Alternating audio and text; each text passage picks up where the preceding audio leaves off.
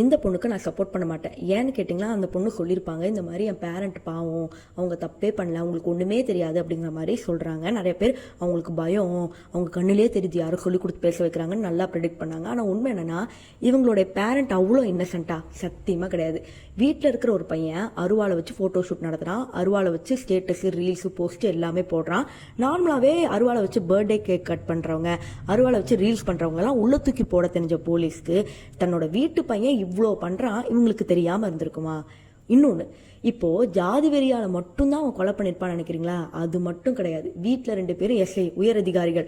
So நம்ம என்ன பண்ணாலும் என்ன பண்ணலாம், இவங்க வந்து என்னை காப்பாற்றிடுவாங்க அப்படின்னு நினச்சி அவன் அதை பண்ணியிருப்பான். அதனால தான் அவனே போய் சரண்டர் ஆகிருப்பான். எதுக்கு கொலை பண்ணவன் ஓடி ஒழியாமல் போய் சரண்டர் ஆகிறான்? ஸோ இதெல்லாம் வந்து பிஹைண்ட் நிறையா இருக்குது. இது என்னென்னா சிபிஐ கிட்ட மாறி அதுக்கப்புறம் உண்மை தெரிய வருமா அப்படிங்கிறது ஒரு பெரிய சந்தேகமாக இருக்குது. அதுக்கப்புறம் இந்த பொண்ணு வீடியோ போடுறாங்க, அதுக்கு நிறைய பேர் என்ன சொல்கிறாங்கன்னா, அவங்க பயந்துட்டாங்க, அவங்க சுச்சுவேஷன் அப்படி இருக்குது, யாரும் சொல்லி கொடுத்து பேச வைக்கிறாங்க அப்படின்றாங்க. ஒரு நாள் பயப்படலாம், 2 நாள் பயப்படலாம், 6 மாதம், 1 வருஷம், 6 வருஷம் அப்படியே பயந்துட்டே இருந்து அப்போ எப்போ உண்மையை சொல்கிறது? இப்படியே தப்பு பண்ணவங்களுக்கு சப்போர்ட் பண்ணிகிட்டே இருக்கலாமா? எனக்கு இது வந்து புரியவே இல்லை.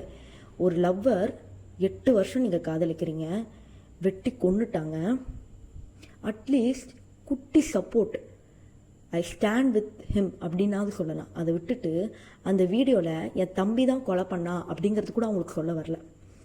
கேட்டால் பயமாக இருக்கும் அவங்களுக்கு அப்படின்னு நீங்களே வந்து சொல்கிறீங்க. அந்த பொண்ணை ஸ்லட்ஷேம் பண்ணது தப்பு தான், அந்த பொண்ணை வச்சு ஃபேக் நியூஸ் கிரியேட் பண்ண தப்பு தான், நான் இல்லைன்னு சொல்லலை. ஆனால் அந்த வீடியோவை பார்த்த பிறகும் அந்த பொண்ணுக்கு நிறையா பேர் சப்போர்ட் பண்ணுறாங்க. இன்னும் சொல்ல போகணுன்னா, கவினோட அப்பா இன்னும் பாடியே வாங்கலை, அவர் போராடிட்டுருக்கார். எங்களுக்கு நிதி வேண்டாம், நீதி தான் வேண்டும்னு அவங்க அப்பா போராடுறாரு. அவரை பற்றி யாரும் பேச மாட்டேங்கிறாங்க. அவங்க சித்தப்பா இறங்கி ஒவ்வொரு ப்ரெஸ் மீட் கொடுத்துட்ருக்காரு, இப்படிலாம் நடக்குதுங்க அப்படிலாம் நடக்குதுங்க. அவரை பற்றி யாரும் பேச மாட்டேங்கிறாங்க.